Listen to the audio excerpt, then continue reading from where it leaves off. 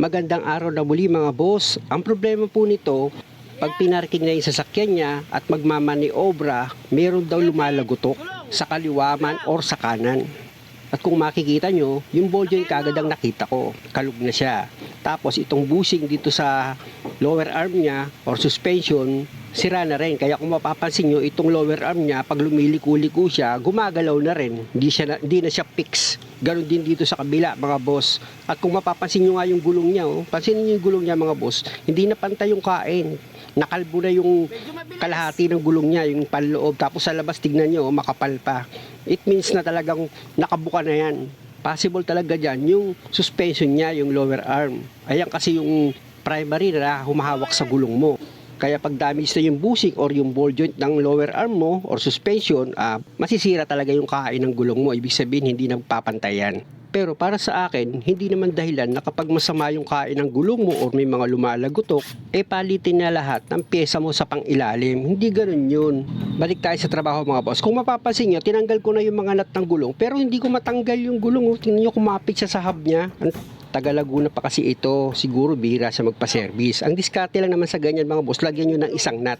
Pero wag nyo isagad yung thread, tapos tumalikod kayo, sabay sipa. Ayan ang ginawa ko. Ganun lang diskarte dyan mga boss. Mahalaga kasi na meron niyang nut, kasi baka mapalakas yung sipa nyo, tumalsik yung sasakyan, kahit papano, hindi matatanggal yung gulong. Ganun, joke yun. Security reason yun mga boss, just in case pag sipa mo, bumitaw sa pagkakajak, pag bumaksak siya, at least, kung may nut, hindi matatanggal yung gulong. At dahil kakalasin natin itong suspension lower niya, unahin yung tanggalin itong cutter pin dito sa tie rod. Tapos gamit ka ng impact wrench o ano yung tools meron ka. Huwag mo muna tuluyan tanggalin yung nut. Tapos paluin mo lang siya ng ball hammer mo. O diba, saglit lang. Meron akong special tools na bili ko sa Lazada. Kaya lang, matrabaho pa sisetting ko pa dyan. Tapos magpipit, palo lang, tanggal na Paborito ko kasi si MacGyver. Pasensya na. Dahil bumitaw na itong tire dito sa knuckle, yan naman yung cutter pin dito sa ball joint. Ang tinanggal ko. Pero gamit ang number 17 na socket friends, luluwagan ko muna itong bolt dito sa suspension arm. Yan yung bolt dito sa bandang kaliwa niya ng suspension arm. At dito naman sa kanan, pag nakaharap ka, meron din yung isang bolt. Pero nut ang tatanggalin mo dyan mga boss. Ayan yung nut na tinanggal ko dito sa suspension arm, dito sa kanan niya. Tsaka ako naman tatanggalin yung bolt dito. Paluin nyo lang ng ball hammer nyo, tapos pwede nyo na siyang hilahin yan mga boss. Ayan yung bolt, di ba? Balik ka naman dito sa ball joint niya, gamit ka ng number 19 na box wrench.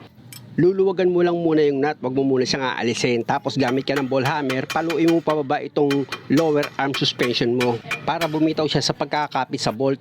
Ganon din dito sa kabilang side, papaluin mo rin yan mga boss. O diba, kung ganito yung sasakyan mo, kayang-kaya mo gawin.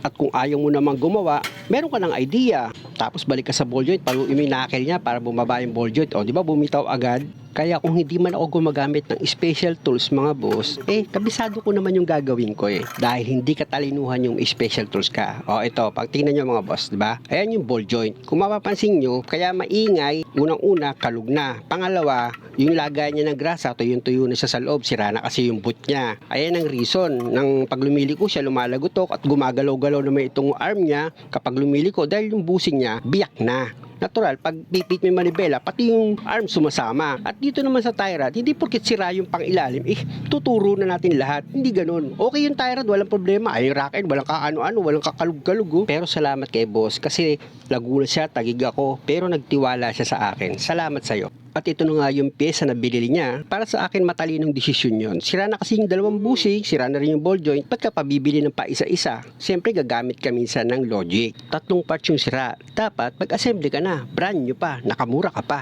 Aba, kunwari may nagmalasakit, dapat daw, pinapress ko na lang daw yung mga bushing para makatipid. Una sa paghanap ng pyesa. Tapos machine shop, press in, press out. Inisip ko, saan ang tipid dun? Balik tayo sa trabaho mga boss. Ilagay nyo muna itong ball joint dito sa knuckle niya. Ilagay nyo yung nut niya para hindi kayo mahirapan sa pagkabit ng lower suspension nyo. Kasi ang itutulak nyo dyan, yung rotor disc nyo pag naitapat nyo sa guide ng kabitan ng bushing. At habang sinisentro mo, papahalo ka dyan ng kaunti. Hindi mo naman kasi mabibigla yung shoot kagad kasi lumalaban din yan. Kaya dapat madiskarte ka para hindi ka mapagod kahit mag-isa mo lang.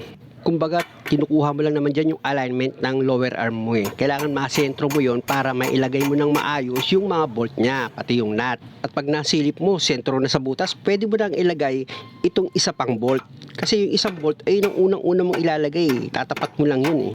O kita mo, na-shoot ko na to. Paluin mo lang yan mga boss. Lalabas din yan. Medyo masikip kasi nga yan dahil medyo lumalaban yan ng kaunti.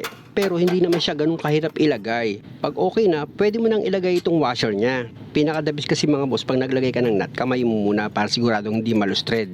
Tapos dito muna tayo sa ball joint niya. Hihigpitan ko muna yan gamit yung number 22 na combination wrench ko. At pag mahigpit na, ilagay mo lang yun yung cutter pin niya.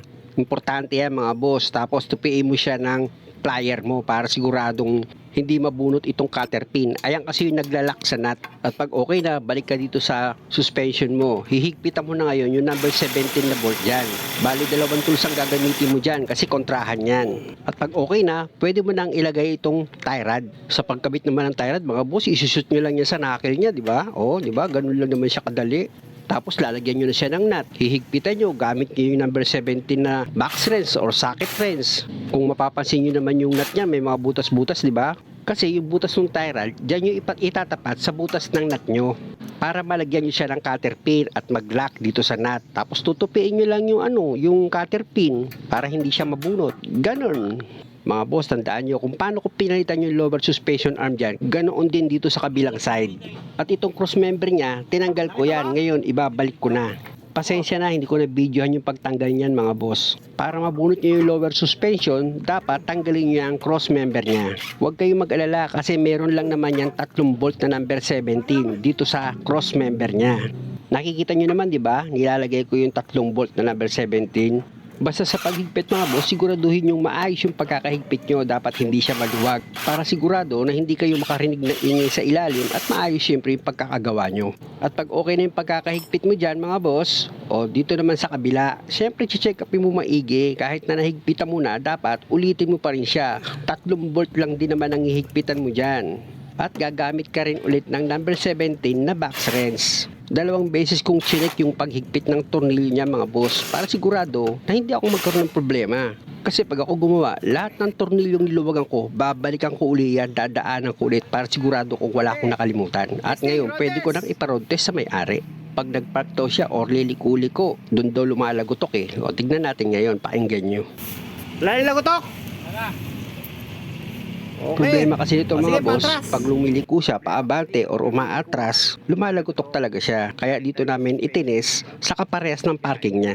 Sa totoo lang mga boss, nabili niya ng 300 yan. Kaya lang ang daming sira. Sa anti-chassis, yun lang suspension arm. Sa preno marami.